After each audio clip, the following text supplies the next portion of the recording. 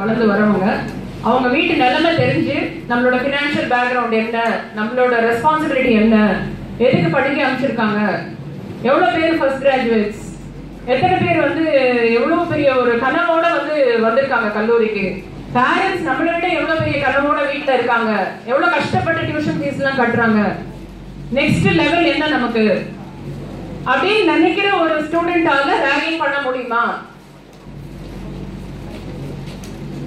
Ragging யார் பண்ணுவாங்க? மத்தவங்க கஷ்டத்துல சந்தோஷப்படுறவங்க தான் அவங்க இந்த ஆக்ட பண்ணுவாங்க இல்லையா? இல்லனா நான் சீனியர், நான் எப்படி அவனுக்கு நான் சீனியர்னு ப்ரூவ் பண்றேன் பாரு. யாருமே அவன் பேச்ச கேட்கலன்னா கேட்கறது யாரு? அவங்களோட கீழே இருக்கிறவங்க தான் அவங்க பேச்ச கேட்பாங்க, இல்ல அவங்களுக்கு சல்யூட் பண்ணுவாங்க. இந்த மாதிரி பண்ற ஒரு சின்ன சின்ன ஆசைகள் நமக்கு யாருமே ரெஸ்பெக்ட் கொடுக்கலையே, நம்மளா கேட்டு வாங்கிப்போம் ரெஸ்பெக்ட் அப்படின்ற மாதிரி ஒரு மென்டாலிட்டி இருக்கிறவங்க தான் வந்து இதை ட்ரை பண்ணுவாங்க.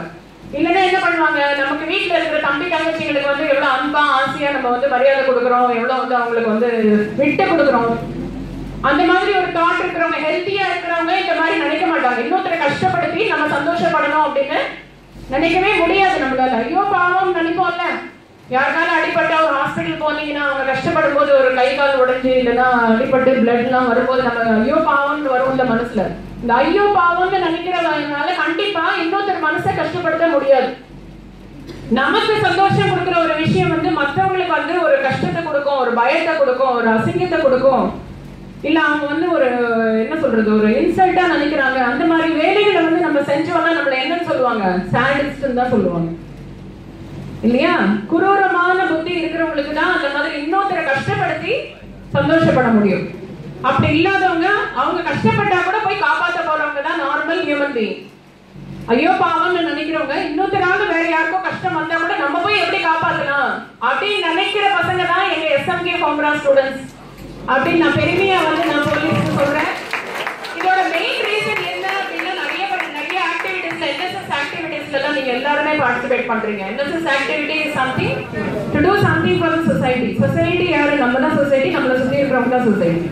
ஸோ அந்த அளவுக்கு வந்து நீங்க வந்து அந்த மாதிரி பண்ணணும், ஒரு ஒர்க் பண்ணணும், எந்த வித எதிர்பார்ப்பும் இல்லாம, எந்த ஒரு மானிட்டரி பெனிஃபிட்டும் இல்லாம, ஒரு ஓடி தவிர எந்த பெனிஃபிட்டும் இல்லை உங்களுக்கு. பட் ஸ்டில் நீங்க போய் பண்றீங்க அப்படின்னா அந்த ஈவு இரக்கம் உங்க மனசுல இருக்கிறதுனாலதான் உங்களால அந்த மாதிரி ஒரு செயலை செய்ய முடியுது. அந்த மாதிரி ஈவு இரக்கம் இருக்கிறவங்க கண்டிப்பா இந்த மாதிரி ஒரு இன்னொரு ஹார்ம் பண்ற மாதிரியான செயலை செய்ய மாட்டாங்க. கண்டிப்பா எஸ்எம்கே ஃபார்முலா ஸ்டூடெண்ட்ஸ் பண்ண மாட்டாங்கன்ற நம்பிக்கையோட தான் நான் வந்து இந்த செஷன் வச்சிருக்கேன். பட் இந்த செஷன் வந்து நீங்க பண்ணுவீங்க, அதனால வந்து நாங்க உங்களுக்கு பண்ணாம இருங்கன்னு சொல்றது ஒண்ணு. இன்னொன்னு வந்து இது ஒரு அவேர்னஸ் வேணும், என்னெல்லாம் நடக்கும் இந்த மாதிரி. ஏன்னா நீங்க அந்த கூட்டத்துல இருந்தா கூட நீங்களும் அதுல வந்து பாதிக்கப்படுவீங்க. யாராவது செஞ்சா கூட நீங்க அதுல பார்ட்டா இருந்த பக்கத்துல இருந்தா கூட நீங்க அதுல பாதிக்கப்படுவீங்க. அதனால வரக்கூடிய கான்சிக்வன்சஸ் என்ன, யாரெல்லாம் பாதிக்கப்படுவாங்க, நீங்க ரேங்க் பண்ணக்கூடிய அந்த பர்சனோட மனநிலை எப்படி இருக்கும்? ஒரு பக்கெட் ஃபுல்லா தண்ணி இருக்கு, அவங்களுக்கு வந்து மனசுல அவ்வளவு பாரம் இருக்கு, நான் ஒரு சின்ன ஒரு டிராப் தானே அந்த பக்கெட்ல விட்டேன் அப்படின்னு சொன்னீங்கன்னா அது அந்த வழியறதுக்கான காரணம் நீங்க விட்ட ஒரு டிராப். சோ நீங்க வந்து ஒரு சின்ன ஏதாவது ஒரு இடம் பண்ணியோ, இல்லைன்னா நக்கலா ஏதாவது சிரிச்சோ, இல்லைன்னா அவங்க ஃபேமிலியை பத்தியோ, இல்ல அவங்க அப்பா அம்மா பத்தியோ, இல்லைன்னா அவங்க ட்ரெஸ்ஸிங் சென்ஸை பத்தியோ, இல்ல அவங்க லாங்குவேஜ் ஸ்கில்ல பத்தியோ, அவங்க நடைமுறை பாவனைகளை பத்தியோ ஏதாவது ஒரு காமெண்ட் பண்ணீங்கன்னா அவங்களுக்கு இருக்கிற மனசுல இருக்கிற அவ்வளவு பாரத்துக்கும் மேல ஒரு அடிஷனல் பாரமா, ஐயோ நம்ம போன காலேஜ்ல நம்மள இங்கேயும் நம்மளை ஏளனப்படுத்துறாங்களே, நமக்குன்னு ஒருத்தர் இல்லையே, நம்மள ரெகக்னைஸ் பண்றதுக்கு யாரும் இல்லையே, நம்ம அண்ணா அக்கான்னு சொல்லி நினைச்சு வந்தோமே, அவங்களும் நம்மள வந்து ஒரு இடைக்காரமா பாக்குறாங்களே அப்படின்ற ஒரு பாவனையில அவங்க வந்து என்ன வேணா செய்யறதுக்கு தோன்றும். சோ அந்த மாதிரி ஒரு சின்ன செயல் நீங்க வந்து ஒண்ணுமே இல்லையே அப்படின்னு நினைக்கிற விஷயம் அவங்களுக்கு எல்லாமேன்ற மாதிரி ஃபைனலா போய் முடியும். சோ அதை பத்தி நம்மளோட sub inspector from Kelambakkam mister Perumal வந்திருக்காரு. அவர் வந்து இந்த லா அண்ட் ஆர்டர்ல வந்து அவங்க எவ்வளவு கஷ்டப்படுறாங்க, இந்த மாதிரி எந்தவித ப்ராப்ளம்ஸும் இல்லாம இருந்தா வந்து நல்லபடியா ஒரு ஸ்மூத்தா வந்து கண்ட்ரி போயிட்டு இருக்கோம், நல்ல ஒரு முன்னேற்றத்துக்கான தாட்டுக்கு வந்து நம்ம டைம் ஒதுக்கலாம். ஆனா இந்த மாதிரி சின்ன சின்ன ப்ராப்ளம்ஸ்ல இன்வால்வ் ஆயிட்டே இருந்தா என்ன ஆகும்? எப்பவுமே வந்து பனிஷ்மெண்ட்ஸ், அவங்க திருத்துறது, அவங்களுக்கு வந்து எப்படி வந்து அவங்கள மறுபடியும் தப்பு செய்யாம இருக்கணும் அப்படின்றத கவுன்சில் பண்றது, இதே வந்து அவங்களுக்கு வந்து ஒரு ரொட்டீன் ஜாபா போயிட்டு இருக்கும்.